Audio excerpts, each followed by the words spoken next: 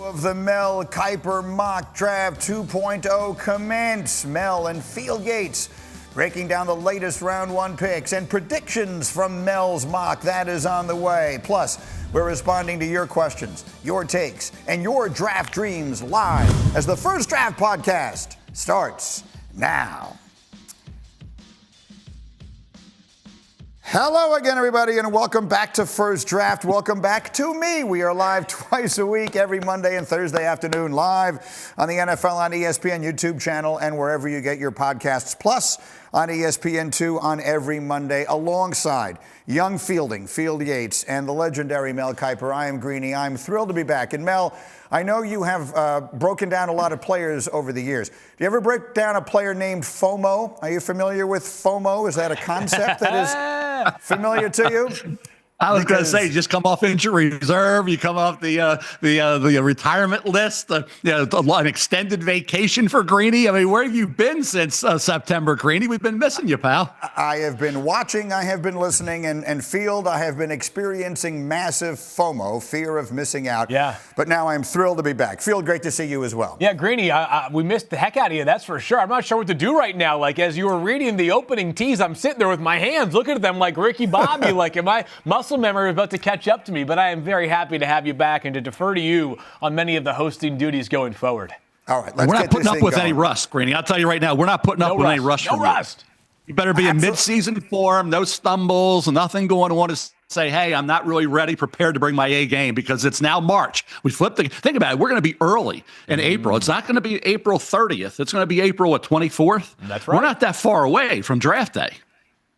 Absolutely right. So we are ready to go. Let us get this thing rolling. A reminder, scan the QR code that you see on your screen right now. You can access the entire First Draft YouTube playlist. Now, last time they were here and I was watching, MEL and Field broke down the top 10 selections of MEL's Mock Draft 2.0. Again, you can head over to the NFL on ESPN YouTube channel. You can check that out. Today, we dive into the rest of MEL's mock. So, without further ado, day 2 of the 2025 MEL Kiper 2.0 mock draft is officially open.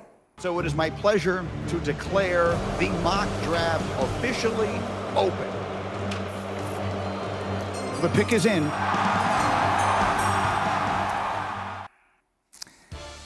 All right, we are ready to go. And for those of you not with us last week, part 1 of the breakdown is on YouTube. These were the top 10 picks. Abdul Carter 1 to Tennessee. Cam Ward to the Browns at 2. Travis Hunter to the Giants at 3. Will Campbell to the Patriots at 4. Mason Graham to the Jaguars. Ashton Genty to the Raiders at 6. Shedeur Sanders to the Jets at 7. Jalen Walker to the Panthers at 8. Tyler Warren 9 to the Saints, and at number 10, Josh Simmons to the Bears. That means the 11th pick is up. The 49ers are on the clock, and I'm told the pick is in. It is ready with the 11th pick in this mock draft. The 49ers select Will Johnson, cornerback, Michigan. MEL Kiper, what's the thinking there? Well, a guy that's opportunistic, tremendous anticipation, awareness and coverage, break on the ball, 3 pick sixes in his career, 9 career interceptions. The career was really interrupted a little bit by injury. Missed the first 3 games of 2023, had offseason knee surgery. That great year for the Michigan Wolverines. This past year, shoulder, then the turf toe. He tried to come back. He said, hey, I was participating as much as I could with the toe injury, could not play, and yet he still had those 9 career interceptions. He's got the length. He certainly is a guy, 40-time wise. Fielding has been talking about this since August, September. What's his 40 time going to be? What's that recovery speed going to prove out to be? That will define really where he goes. I thought about Josh Simmons, pushing Josh Simmons down here past Chicago. Chicago could go more interior than tackle, right? Okay, so you think about if they do that, then they could opt for the guard over the tackle, which would allow Josh Simmons, coming off his injury, to be available at 11. Then it would be, okay, do we take the corner, Will Johnson? Do we take a Josh Simmons at that point? Does Will Campbell slip down into this area without great arm length? It's going to be really interesting. They're going to have a lot of options along the offensive line, and if a Will Johnson, outstanding cornerback from Michigan, is still on the board. Greeny, you and I, we had this conversation months ago when you said this guy, Will Johnson, looks like a top 5 pick every day of the week and perhaps twice on Sundays. And I'd said something to the effect of, Greeny, there's one question that scouts have around the NFL. It's the top end speed for Will Johnson. And I said that could cause a bit of a slide, at which point you were stunned. And Greeny, he did not run, as Mel just mentioned. And I got to ask Mel right now, when you watch the tape, Mel, do you see a lack of top-end speed from Will Johnson? Because I'm sitting here telling you right now, whatever it is, March 3rd, this guy's speed does not look like a deficiency when I watch him on tape. He had those 2 pick sixes that Mel mentioned this year, plus a third in a prior season for Michigan. I did not think the speed showed up in a negative way there. There was a chase down play against Texas early in this past season when Will Johnson was still healthy. The speed did not show up there. I get it. Until we actually have a hand on a stopwatch and Will Johnson runs 40 yards, we will not know definitively exactly where he stacks up speed-wise. I don't think it's that big of an issue. For that reason, I still feel like Will Johnson very much deserves to be one of the first 10, or in this case, 11 players taken in this year's draft. I think when you're as smooth as he is, and he really is deceptive in his movement, and I think he's so smart because he reads the quarterback well and he does anticipate. And he has that break on the ball that you don't really have to see him feel like, okay, I'm noticing 4.35, 4.4. Because he is a smooth gliding athlete and he has a lot of awareness out there. So he's playing faster than you would think anyway. When I watch him, when he needs to break on the ball, and you can see that speed once he got in the open field. I look at when Joe Hayden came out. I remember Everson Walls was running, 4.7 coming out, didn't even get drafted. When you have that football IQ and you can read things and see things and anticipate the way he does, the 40 speed, I think certainly, you talk about where he'll go, 7 to 12 in that area. He's still a high first-round pick, regardless. So as a length you want, and he makes up for anything you talk about not having 4.35 speed with the ability to be ahead of the game, see things before everybody else does, whether it's a cornerback or whether it's a safety like Malachi Starks who does that as well. So for me, Will Johnson's 40 time will be important to see if he climbs up past that. And he can dip a little bit because of a 40 time. It is important. So again, that's why he's been one of the fluid prospects in this draft in terms of grade. Will Johnson has been that guy. But if you're the 49ers and he's there and the 40 is representative of a player within that range of a player that you need to have, we talk about don't draft outliers. He needs to be within a range. Doesn't have to be the top of the range, but he can't be past the bottom. If he is in that range for a 40 and he's there at this point, the only reason it would be here, he didn't play the full season. Yeah. We didn't see a lot of Will Johnson this year. We really didn't. Kept waiting. Remember, they played against Ohio State without Will Johnson and Colston Loveland. I mean, they didn't have their guys, and they beat Ohio State. Will Johnson wasn't there, and he said, hey, I tried to come back. I wasn't just sitting out the year and saying, I'm getting ready for the draft. Toe injury for a corner?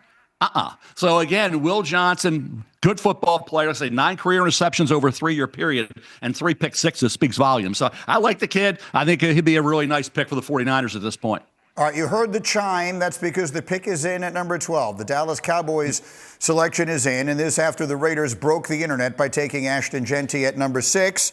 And so with the 12th pick in the 2025 MEL KIPER mock draft, the Cowboys select Omarion Hampton, running back, Carolina. So they get their running back after all. Mel, what is the thinking here?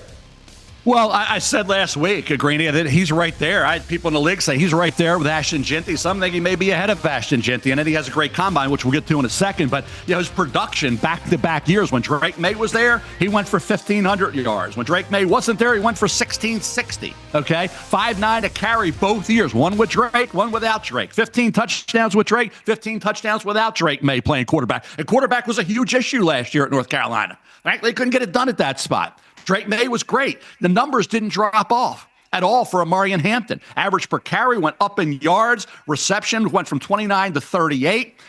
This kid across the board over a 2-year period was outstanding, okay? Ended up with one more career reception than Ashton Jeanty did. Then he goes to the combine. 5'11", 220-plus pounds. He's showing great strength with the 18 reps. He runs, 4.46, 38 vertical, 10-10 broad. Production, athleticism, breakaway speed, toughness, and tackle breaking ability with that strength that he has between the tackles. He can bounce it outside and go the distance. He can catch the ball. He can block.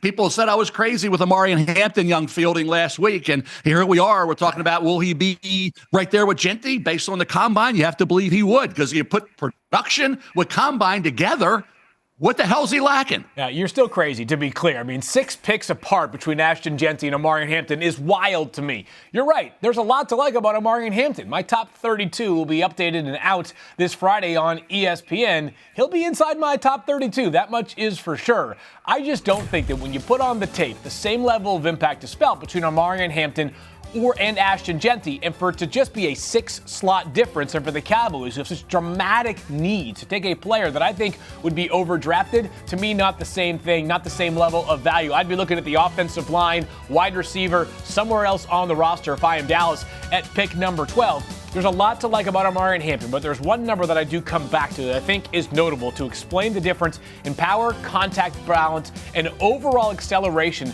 that really bodes well for Ashton Jeanty. He broke 88 tackles last season. 88 last year did Ashton Jeanty. Omarion Hampton, for some perspective, broke 38. That's still a very respectable number, less than half of the total for Ashton Jeanty. Really solid player is Omarion Hampton. This would be too rich for my blood, Greeny. So, to be clear, Mel, do you believe he goes, you're projecting him this high? If it isn't the Cowboys, let's live in a world where it falls. Is there any question in your mind that we get the second running back in round 1? No, it's no question in my mind, because you have the Chargers, you have Denver, you have other teams in the first round could take him. Omarion Hampton played in a conference that was a little bit better than what Ashton Jeanty played in. Let's also keep that in mind. So I think when you look at Omarion Hampton, the level of competition, the consistency, production, and then this great workout ensures that he will go in the first round. Okay, there you have it. So let me go through a few of the other picks that we have, rattling off a couple of before the break. With the 13th pick in the draft, Mel has the Dolphins taking Armand Membu, offensive tackle, Missouri. With the 14th pick, the Indianapolis Colts taking Malachi Starks, the safety from Georgia, one of quite a few defenders from Georgia whose names we're going to be hearing early when we all descend upon Green Bay. On that note, we will take a very short timeout. We'll continue in a moment. Much more from Mel's Mock Draft 2.0 as we continue. You're watching and listening to the First Draft Podcast, and we will be right back. All right, for more draft coverage, tune into First Draft. Catch Mel Kiper Jr., Phil Yates, and me Monday afternoons and Thursdays at noon on the NFL on ESPN YouTube channel.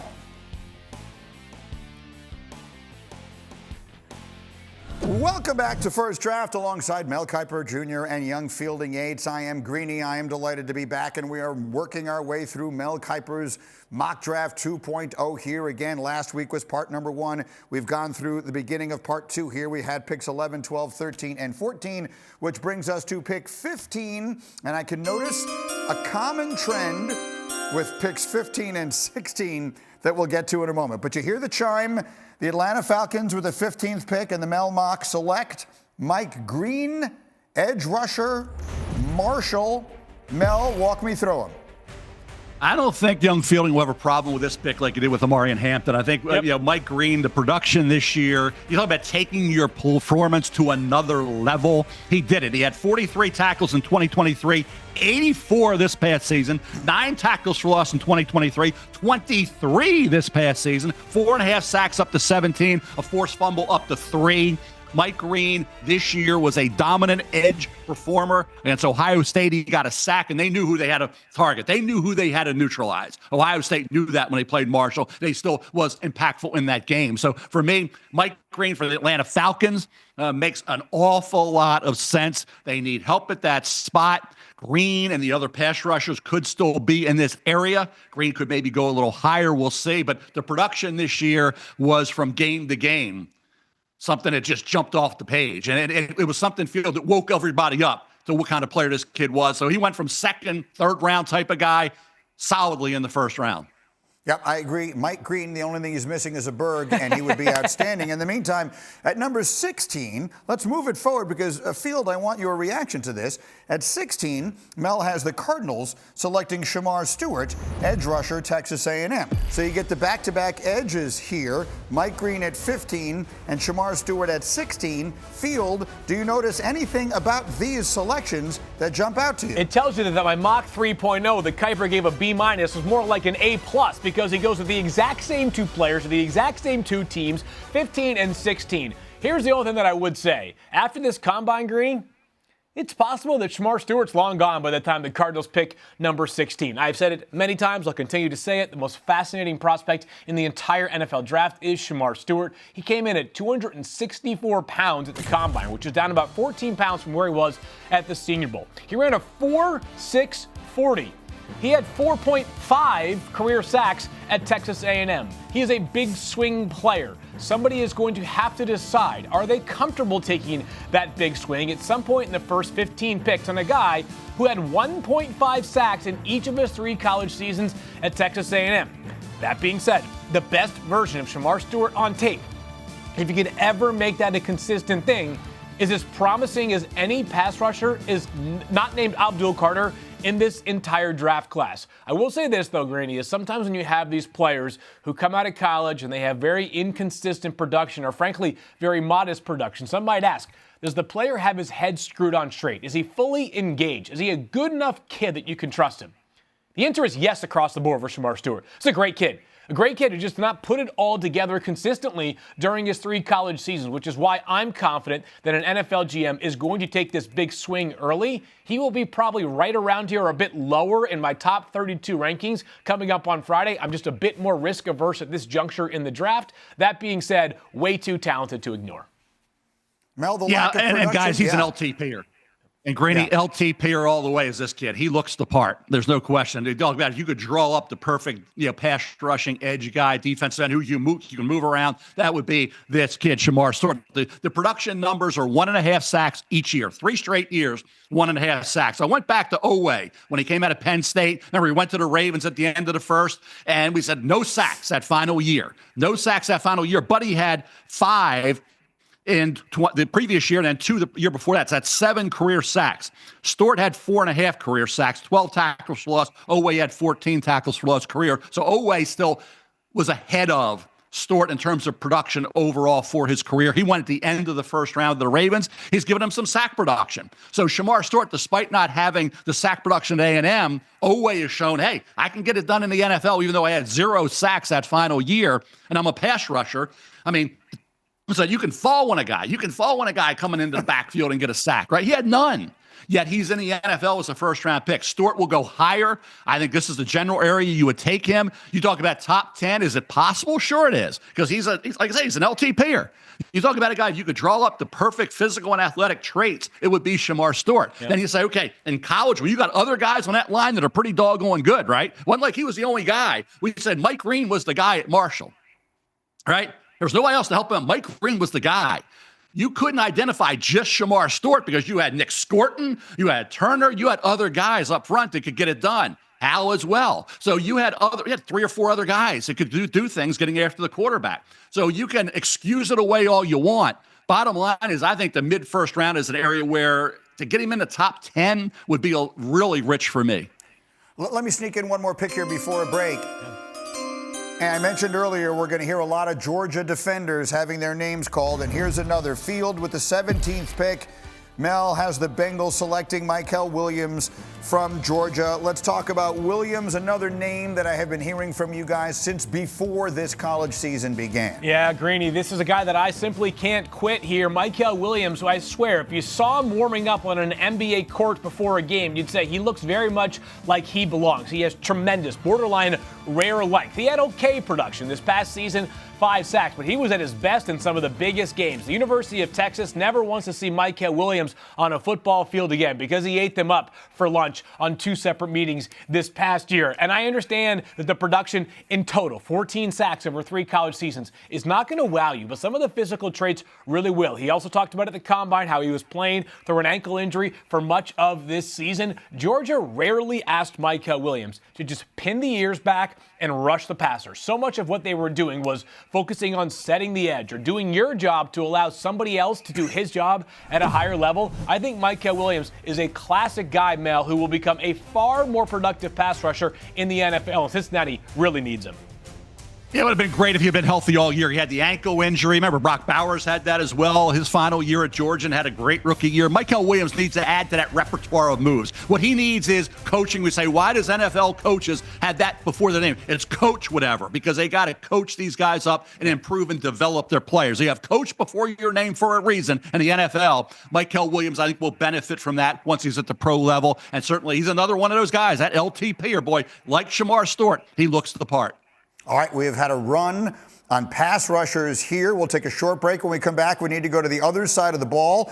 Mel has some fellows who'll be scoring some touchdowns as we continue in a moment. It's Mel's Mock Draft 2.0, and we have more of the First Draft podcast coming up right after this. For a full recap of Mel Kiper's Mock Draft 2.0, head over to the NFL on ESPN YouTube channel by scanning the QR code on your screen. We break down the top 10 picks and much more right here on First Draft. We continue on the First Draft podcast with Mel Kiper and Field Yates. I am Greeny. We've worked our way up to the 18th pick in this draft. Let me hear a chime. Here we go at 18, the Seahawks take Tyler Booker, guard from Alabama, and then at 19, the 2025 pick here for the Tampa Bay Buccaneers, Mel has Jihaad Campbell, the linebacker from Alabama. So let's go to Jihaad Campbell there, Mel. Take us through the thinking. A heck of a football player, Greeny and Field. Yeah, you saw this kid this year really play complete football from off ball. He could get after the quarterback. Had 117 tackles, 12 tackles, lost 5 sacks, intercepted a pass, and he's forcing 2 fumbles. He did it in every way imaginable.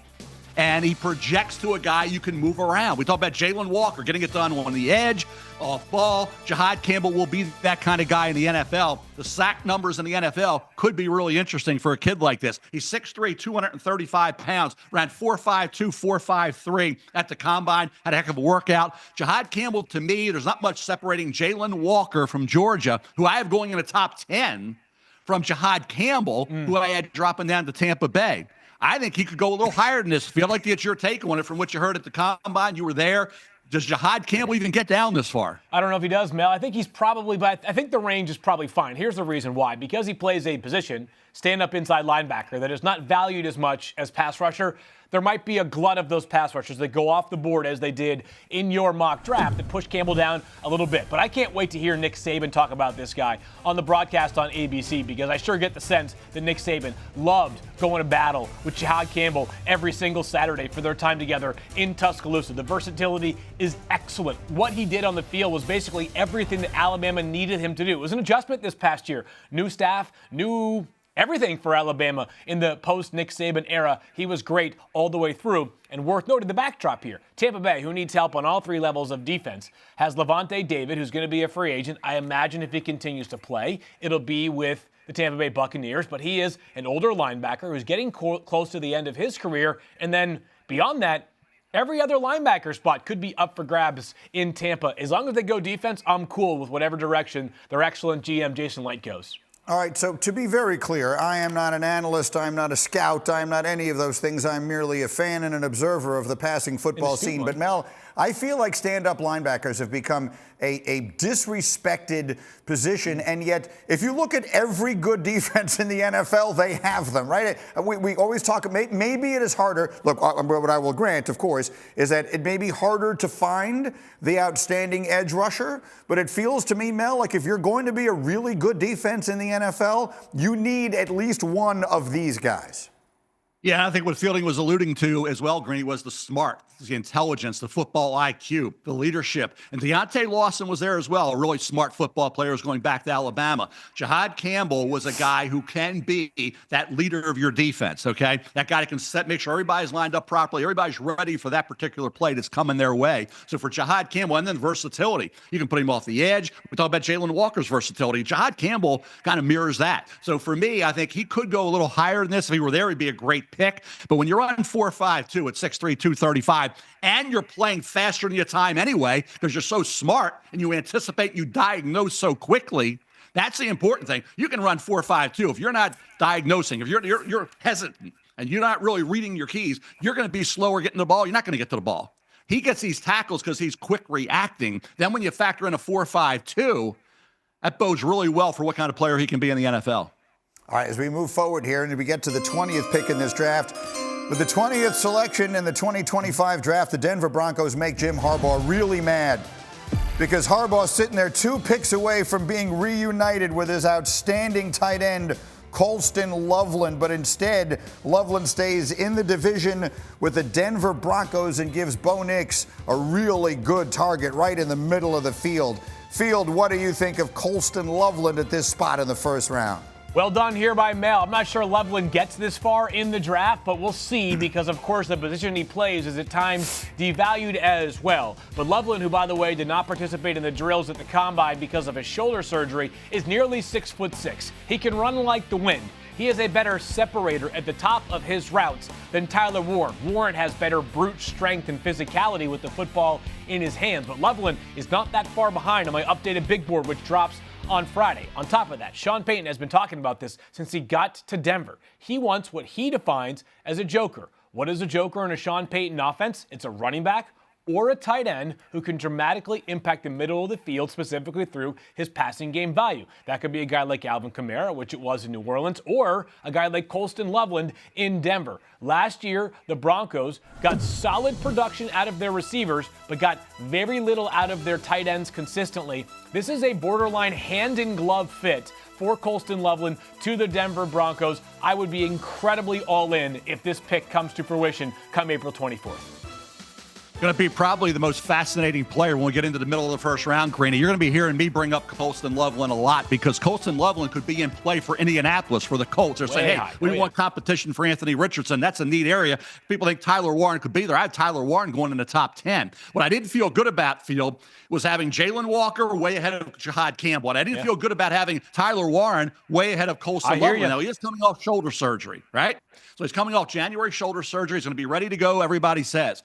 This kid is a fear factor player when he's on the field, okay? He can have a career. He could have even a rookie year like Brock Bowers did. He's that kind of guy on an offense. You got Denver picking right ahead of the Chargers. Bo Nix would love him. Justin Herbert would love him. The quarterback, whether it's Anthony Richardson or whoever else is there, they're going to love having him as well. There's going to be a lot of jostling for position.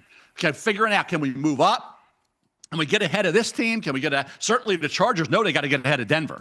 And if Omarion Hampton is still around, that makes it really interesting because Denver can use them as well, and the Chargers could. So you got Omarion Hampton, Colston Loveland, people figuring out, do we have to move up? You got Denver and the Chargers, same division. You know, quarterbacks are going to be screaming. I'd be calling can you get me Loveland? Don't let him go to Denver. Bring him to me. Jim Harbaugh's going to say, I want him. I want him for my quarterback. It's going to be a lot of fun with Hampton and Loveland with the dynamic of those teams that need him sitting there basically at the exact same spot in the first round. Mm-hmm. I agree. Sometimes the positions, and maybe that is sort of a theme of this year's draft. The positions of need, the positions that we usually are focused on, maybe not the strongest year for that. Some of these others, like the tight ends, a spectacular class, and as you see, Mel has 2 of them going in the first 20 picks. Let's take a short break on that thought. Coming up as we continue, another quarterback selection that you will not want to miss. That's as we roll along. It's the First Draft Podcast, and we're back in just a moment. You are watching First Draft. Tune in to the NFL on ESPN YouTube channel on Monday afternoons and Thursdays at noon for full draft coverage. Catching Mel Kiper Jr. and Field Yates breaking down the best prospects across the nation. Scan the QR code on your screen right now for more. We continue with the First Draft Podcast alongside Mel Kiper Jr. and Field Yates. I am Greeny. As we continue along with Mel's Mock Draft 2.0, we're at the pick number 21. Before we reveal that selection, let's take a look back at how Mel has been teasing us these past few weeks.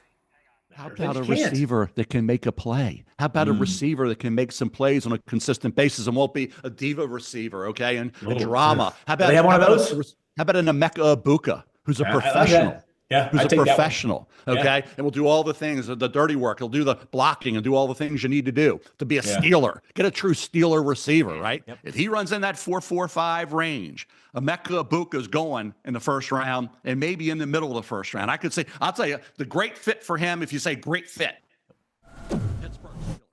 Well, let's see. The Pittsburgh Steelers are a team that has needed a receiver, so if we get to this point and we hear that chime, I think we may have Mel leaning forward in his chair even more than usual. Yes, with the 21st selection in Mel's Mock 2.0, the Steelers select Egbuka, wide receiver, Ohio State. Mel, let's go through it.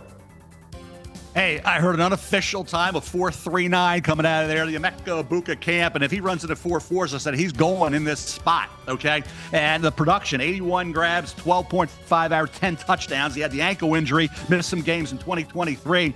Still had 41 catches that year. He had 74 when he was a young receiver there with all those stars, right? Egbuka, I said professional because this is the Steelers. When we talk about what's the right fit for the right team, the Steelers need somebody at wide receiver that isn't going to talk, okay, isn't going to be a distraction, isn't going to do anything but work hard, practice, game, off season, everything you want. Block, do the dirty work, make tough catches. Field said he made all those clutch catches. That's what he is. Okay, that's what he is. So for Egbuka, the Steelers, Egbuka, I understand they haven't taken wide receivers in a while. I get all that. But the Eagles hadn't taken a corner and took Quinion Mitchell. This is what they need. I don't care. I'm hoping Justin Fields is a quarterback. Whoever it is, they need somebody like this that you can count on game after game to do the right things, be in the right spot, run the right route, do the things without the ball that you need to do and set the tone. And I'll tell you what. After what Matthew Golden did from Texas, he's a professional. He went to Houston with the Cougars, did really well, had a great year with the Texas Longhorns. It was supposed to be Isaiah Bond. It was Matthew Golden was the go-to guy, and he runs a 4.3 at the combine. 4.29. Okay. That puts Matthew Golden in this mix as well for Pittsburgh with Egbuka from Ohio State Field. I'm with you, Mel. And listen, a couple things here. Let's just call it what it is on the Pittsburgh Steelers and needing an adult in the wide receiver room. George Pickens has all the talent in the world to be as great as he wants to be. He has to make the decision that he wants to be great, though, right? Too many times we're talking about George Pickens for the wrong reasons. There are too many times where we're questioning his maturity level to the point that there are people that believe he may not be long for the Pittsburgh Steelers. We'll see on that. But Egbuka or Matthew Golden would be the opposite in the sense that, like, these guys were every single day the players that you can count on. And I think Mel brought up a good point at the end there about Matthew Golden. And I think it's something that leaving Indianapolis, I feel, is important to note. These guys are going to be extremely closely rated in my top 32 once it drops on Friday. I don't think it's fair to say that either one of them is clearly ahead of the other in the eyes of the NFL. They're right there in the same category. It's going to come down to small things that the Steelers may prefer if they were to make a decision between one of these two wide receivers. But I love Egbuka. I think the floor is incredibly high for this player. The ceiling, though, as is with Matthew Golden, also very high. The Steelers must amplify their offensive weapons. 5 straight losses to end last season. They haven't won a playoff game in 8 or 9 years now. It is time for Pittsburgh to get more serious about how they approach offensive football.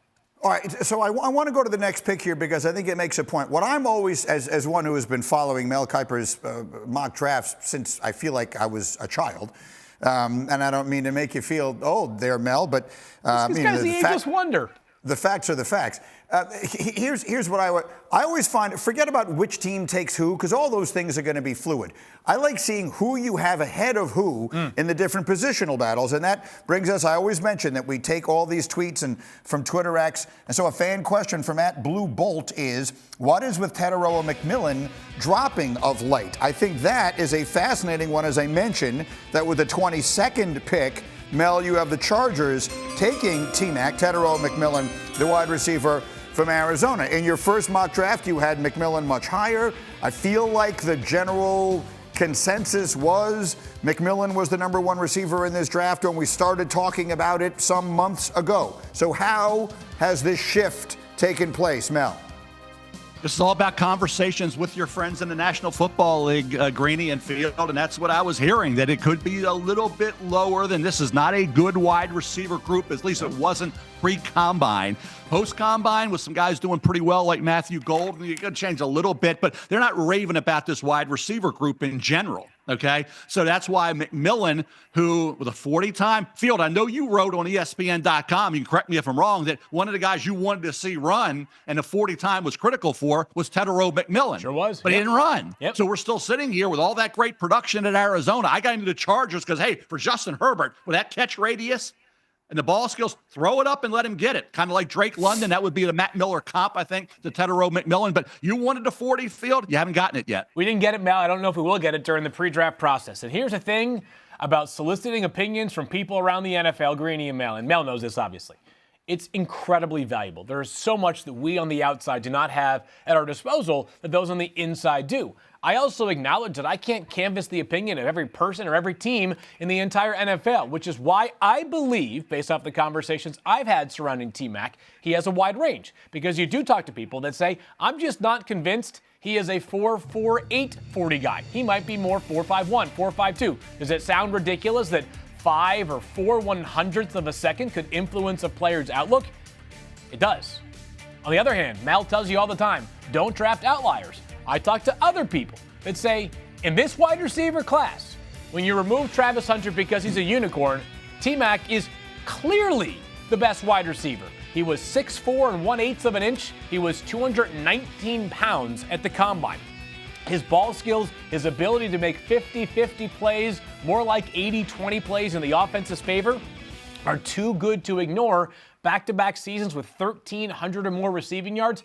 He's the only player in the entire FBS who did that each of the last 2 seasons. He's consistent. He's huge. He's got great hands. It looks like his volleyball background very much appears on the football field every single Saturday. There are a lot of people that still feel as though he could end up being a top 12 or 13 pick because of the positional lack of depth and just how good of a player he is. All right, we will take our final break here. We'll come back and finish up Mel's Mock 2.0, taking a look at what all the best teams in the NFL are planning on doing on night one. That's right after this. It's the First Draft Podcast, and we'll be right back. All right, for a full recap of Field Yates' Mock Draft 3.0, head over to the NFL on ESPN YouTube channel by scanning the QR code on your screen. We break down the top 10 picks and much more on First Draft. All right, welcome back to the First Draft Podcast with Mel Kiper Jr. and Field Yates. I am Mike Greenberg. Let's put the finishing touches on Mel's Mock 2.0. Let's run through some of the picks. At number 23, we have the Packers taking Azareye'h Thomas, the corner out of Florida State. The Vikings at 24, Gray Zabel, interior offensive lineman from North Dakota State. At 25, the Texans taking the Texas offensive tackle Kelvin Banks, so he stays relatively close to home. At 26, the Rams selecting Josh Connerly Jr., another tackle out of Oregon. And then, Mel, here we go to your Ravens. The pick is in at number 27. In Mel's Mock 2.0, the Baltimore Ravens select Nick Emmanwori, safety, South Carolina. Mel, talk to me. He is not only a freakish talent that we knew would be dominating the combine, which he did. 6'3", 220, runs a 4.4, 38. 43 vertical. Talking about a 4.38 as well. 4.40, 4.38, 43 vertical. At that size, are you kidding me? That's rare. You don't see that. The kid's 6'3", 220. You'd say, well, how do you produce? Was he a one-year wonder? No, he wasn't. He had 85 tackles back in 2022, 71 2 years ago, and 88 this year. That was more each year than Malachi Starks had. As many interceptions career as Malachi at 6 and 6. Didn't have quite as many pass breakups, but tackles was more than Malachi all 3 years. Okay, when he was at South Carolina, Malachi was at Georgia. And I say that for this reason. When you're looking at Malachi Starks from Georgia, who is 6'1", Emmanwori's 6'3", Malachi's 197 pounds, Emmanwori's 220. Emmanwori ran 4.38, Malachi ran 2.45s. Okay, say, okay, Emmanwori's got to go higher. But then you get into, okay, who has the awareness? What does Malachi do? Great football IQ, so smart, so versatile, opportunistic as well. Well, he had one interception this year, but it was a dynamic one. It was a highlight reel interception against the Clemson Tigers early in the season. This is going to be fun to see, Greeny and Field, on draft day. Malachi Starks, Nick Emmanwori. Who goes higher? Yeah. In this mock, I had Malachi Starks going in the middle of the first round to the Colts. I had Emmanwori going to Baltimore. Right now in Field, I haven't gotten this confirmed from my NFL friends. I might flip that now. No, I might have Emmanwori up in the middle of the first and Malachi down to Baltimore. My Ravens, who I would love to see get Malachi Starks, right? I love the kid, but based on 3 years of production, unbelievable workout, I got to believe right now Emmanwori goes mid-first round, and maybe Malachi drops to the late first. Field, tell me if I'm wrong. Well, Mel, first of all, in the Field Yates mock 3.0, the Ravens did land Malachi Starks. So that's a great idea that you just threw out there right there. I love Malachi Starks as a player. Multi-year production, you mentioned. 4.50 40. He had amongst all corners and safeties at the Combine, while acknowledging that many of them did not participate. He had the slowest three-cone. He had the slowest short shuttle. What do those measure? They measure explosiveness and also, more importantly, change of direction. I think, and again, it just takes one team to throw this askew. I think right now the vibe is that Malachi Starks may be more late 1 or early 2 overall. They just don't make players like Nick Emmanwori, to Mel's point. Amongst the big winners of the Combine, and there are those who don't believe in the idea that an event that is like an Olympic trials training session should actually influence draft stock that much, Nick Emmanwori was on the very short list for most impressive humans that you saw at the Combine, along with Shemar, Stewart, and a couple of others like Matthew Golden and Max Hairston, who ran very fast. But yes, I think the order has probably come close to flipping. Field. Go ahead, Mel. Yes. At the same Where spot. did you have it? I was curious because you said you had Starks to Baltimore, right? Yeah. I said you could flip them. I had Emmanwori going to Baltimore. Yep. Where did you have Emmanwori in that mock? He wasn't in there, the first 32. So he was Okay, so close. where would he be? Where would he be now? I think he ends up probably somewhere in the 20 to 25 range. I'm working on my top 32 right now, Mel, and I'm through about the first 19 or 20 players. I do not have them inside that top 20. Could change by Friday, but unlikely if I had to guess. But I think 20 to 25. Again, when in doubt, the NFL in the draft will also often defer to bigger, faster, stronger. Well, it's safety this year, none bigger, none faster, none stronger. 20 reps, by the way, on the bench for Nick Emmanwori. He checked every physical box you could possibly imagine. I said this on the show a while back. He's the DK Metcalf of defensive players. And look, let's face it, bigger, faster, and stronger just won the Super Bowl. Yes, it did. Yes. It's pretty hard to argue with that strategy. Okay, running through the rest of round one here. At 28, we have the Lions taking Oluwafemi Oladejo, the linebacker out of UCLA. Commanders then at 29, Maxwell Hairston, corner Kentucky. Bills taking Jahdae Barron out of Texas at number 30. And then that brings us to the 31st and penultimate pick in Mel's Mock Draft 2.0. The Chiefs take Aireontae Ersery, offensive tackle, Minnesota. Mel, the big man, at number 31.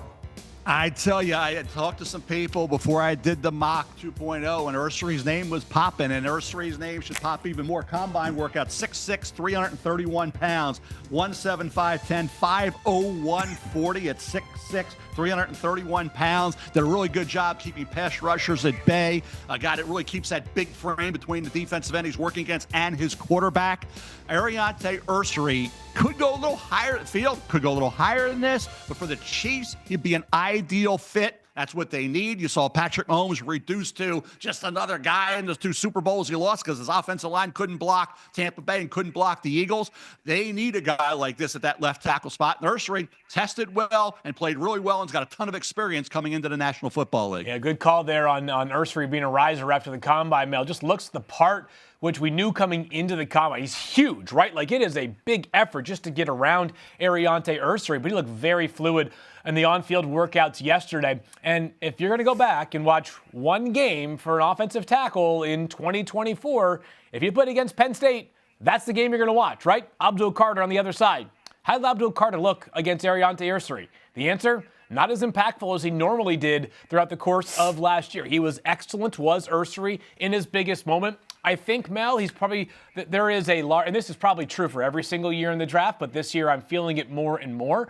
There is a big group of guys, somewhere around player 20 to 22, that looks a whole lot like the guys you'll probably get somewhere around 35 or 36. So I think Ersery could end up in the top 25 picks. That might be closer to the top end. I wouldn't be surprised, though, if he gets into the top of the second round and the team that really needs an offensive tackle is darn happy about him.